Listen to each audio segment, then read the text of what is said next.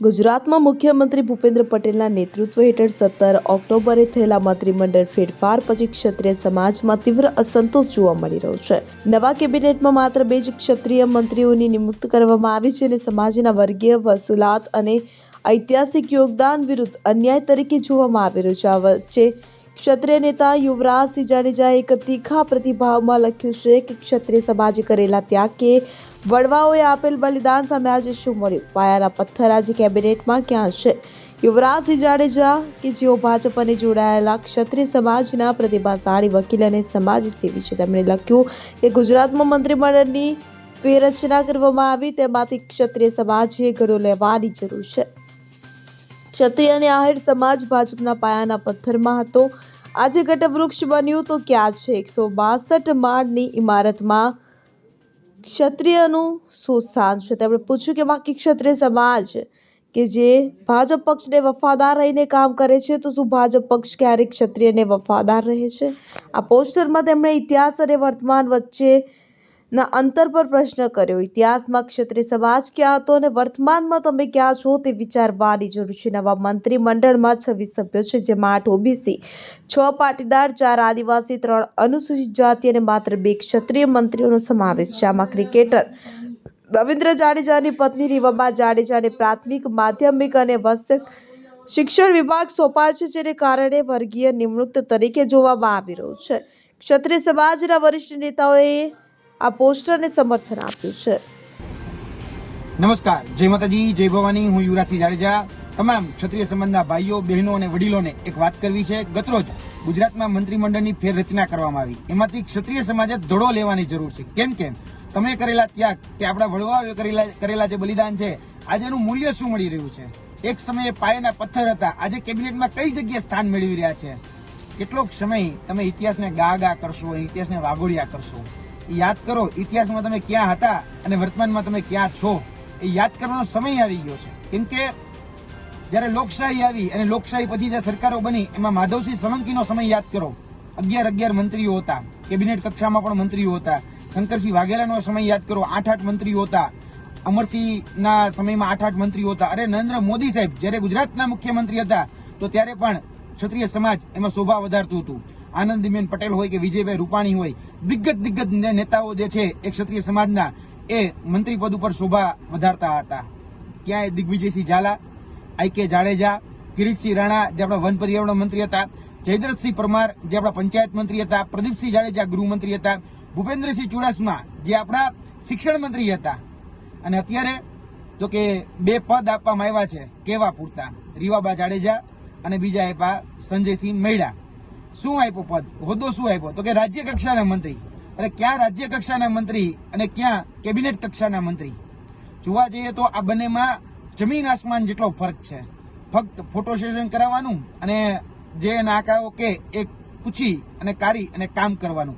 બાકી પોતાની રીતે કોઈ જ પ્રકારનો નીતિ વિષયક નિર્ણય એ જાતે ન કરી શકે. અને નીતિ વિષયક નિર્ણય કરવા માટે સમજતા જ 2 વર્ષ ક્યાં પૂરા થઈ જશે ને એ ખબર પણ નહીં પડે.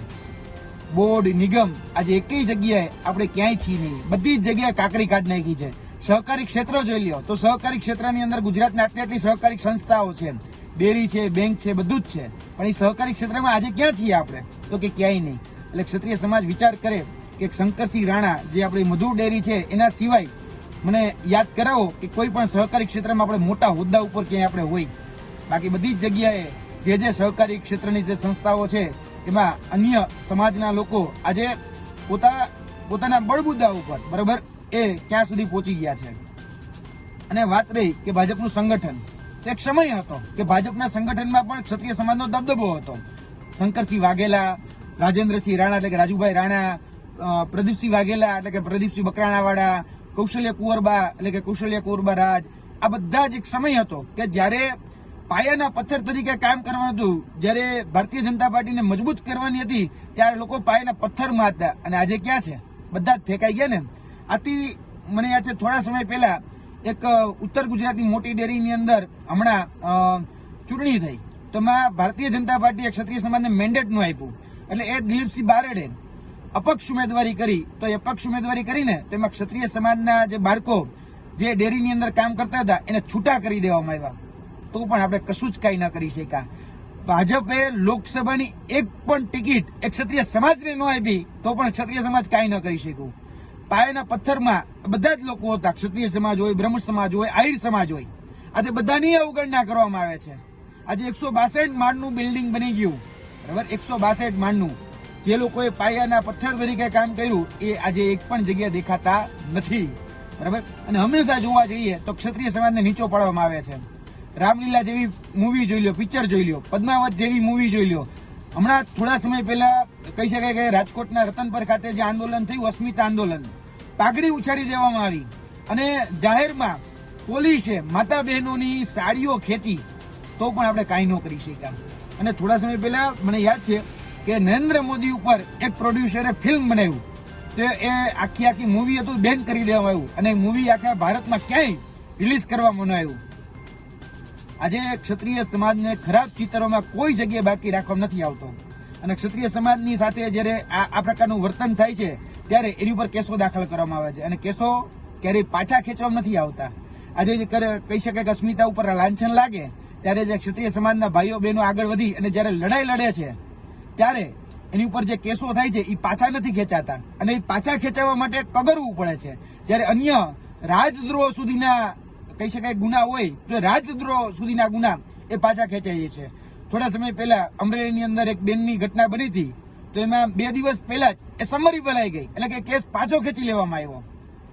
મારે ક્ષત્રિય સમાજને કેવું છે, તમે જેને વફાદાર રહી રહ્યા છો, શું એ તમારા માટે વફાદાર છે? ક્યારે એ લોકો તમને વફાદાર રહ્યા છે? આજે પાયાના પથ્થરો હતા, આજે એ વટવૃક્ષ બની ગયું, તો આજે તમારી કાકડી કાઢી નાખી છે. એટલે હમણાં ઓલું નવું ચાલુ થવાનું છે કે મ્યુઝિયમની ડુગડુગી વાગવાની છે, એટલે પાછા બધા જ લોકો એ ડુગડુગીમાં ઇતિહાસ ગાવા લાગશે, વાગોળવા લાગશે, ચાવવા લાગશે. ત્યાં સુધી ઇતિહાસને ગાયા કરશો, ક્યારેક ઇતિહાસ રચો તો ખરી. એક ક્ષત્રિય સમાજને મારે કહેવાનું છે, 78 વર્ષે હવે મ્યુઝિયમ બનવાની વાત ક્યાંક હમણાં 31 ઓક્ટોબરે કે હમણાં થોડા દિવસોની અંદર મૂકવાની છે, તો પાછા ડુગડુગી લઈને એને પાછું ગુણગાન ગાવા લાગશો. બાકી યાદ રાખજો, ગમે એટલી સમિતિ હોય, ગમે એટલા સંગઠન હોય, ગમે એટલી સેનાઓ બનાવી લ્યો, કશું જ ફરક પડવાનો નથી. એક સામાન્ય કેસ સુદ્ધા પણ પાછું ખેંચવા માટે કગરવું પડે છે. અને એ લોકો જે આજે કહી શકે કે સત્તાની અંદર ક્યાંક પોતાનું પ્રભુત્વ દેખાડી રહ્યા છે, પોતાનું સમાજની એકતા દેખાડી રહ્યા છે ને, એ સમાજ પાસેથી કંઈક શીખો. હું ઈર્ષા કરવાનું જરાય નથી કરતો, પરંતુ કમસે કમ એની પાસેથી શીખો તો ખરી. આજે એની પાસેથી શીખ લો કે એકતા શું કરી શકે છે. આજે સમાજના ગમે એવડા મોટા રાજદ્રોહ જેટલા કેસ હોય તો પણ પાછા ખેંચાઈ જાય છે. એક સરઘસ કાઢવામાં આવ્યું હતું અમરેલીની અંદર દીકરીની અંદર, તો એની અંદર સમરી ભરાઈ જાય છે. અને આપણા પદ્માવત વખતેના કે બીજા ત્રીજા જે કેસો છે એની ઉપર આજ દિન સુધી એ કોઈ કેસ પાછા નથી ખેંચાતા. યાદ રાખજો, એક સમયે રાજા હતા અને રાજામાંથી રંક બની ગયા છો, રાજામાંથી રચ બની ગયા છો. આજે પક્ષાપક્ષીમાંથી મહેરબાની કરીને બહાર આવો. તમે તમારા જે યુવાઓ છે, બરાબર, જે પણ આગેવાની લઈ રહ્યા છે એને મહેરબાની કરીને થોડો ઘણો સપોર્ટ કરો, થોડા ઘણા પ્રમોટ કરો. આજે કોઈ પણ પક્ષમાં હોય, આજે જોજો અન્ય સમાજના લોકો એ કોઈ પણ પક્ષમાં હોય, એ પોતાનો સમાજનો દીકરો કે દીકરી આગળ વધતા હોય ને તો એને હાથ આપે, પગ નો ખેંચે. એટલે મહેરબાની કરીને એમાંથી કંઈક શીખો. મહેરબાની કરીને પગ ખેંચવાનું એ બંધ કરો. પક્ષાપક્ષી ભૂલી અને સમાજનો વ્યક્તિ જો આગળ આવતો હોય ને તો મહેરબાની કરીને સપોર્ટ કરો, બરાબર.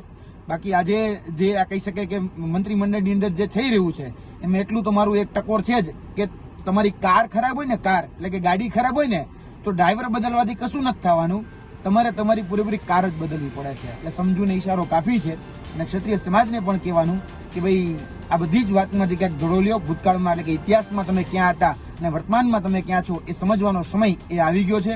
અને આમાંથી ધડો લઈને જો આગળ વધશો તો હું ચોક્કસપણે માનું છું કે આ જે બાબતો છે એ બાબતોની અંદર આગળના દિવસોની અંદર કોઈ જગ્યાએ કોઈ સારો વ્યક્તિ કાં તો કેબિનેટમાં પહોંચશે, કાં તો મંત્રીમંડળમાં સુધી પહોંચશે, ત્યાં પછી એ બોર્ડ, નિગમ કે અન્ય ચેરમેનો કાં સહકારી ક્ષેત્રમાં આગળ વધશે. પણ એકતાની જરૂર એક ક્ષત્રિય સમાજને છે. કે ખોટું લાગ્યું હોય તો માફી ચાહું છું, પરંતુ ક્ષત્રિય સમાજને આ વાત ગઈકાલનું જે મંત્રીમંડળનું જે કહી શકાય કે ફેરબદલી કરવામાં આવી એમાંથી ધડો લેવાની ખાસ જરૂરિયાત છે. જય માતાજી, જય Bhavani. Bureau report, CN24 news. હવે જુઓ દેશ દુનિયાની તમામ ખબરો તમારી આંગળીના ટેરવે. ઉઠાવો મોબાઈલ અને Google Play Store પરથી ડાઉનલોડ કરો અમારી CN24 ન્યૂઝ મોબાઈલ એપ.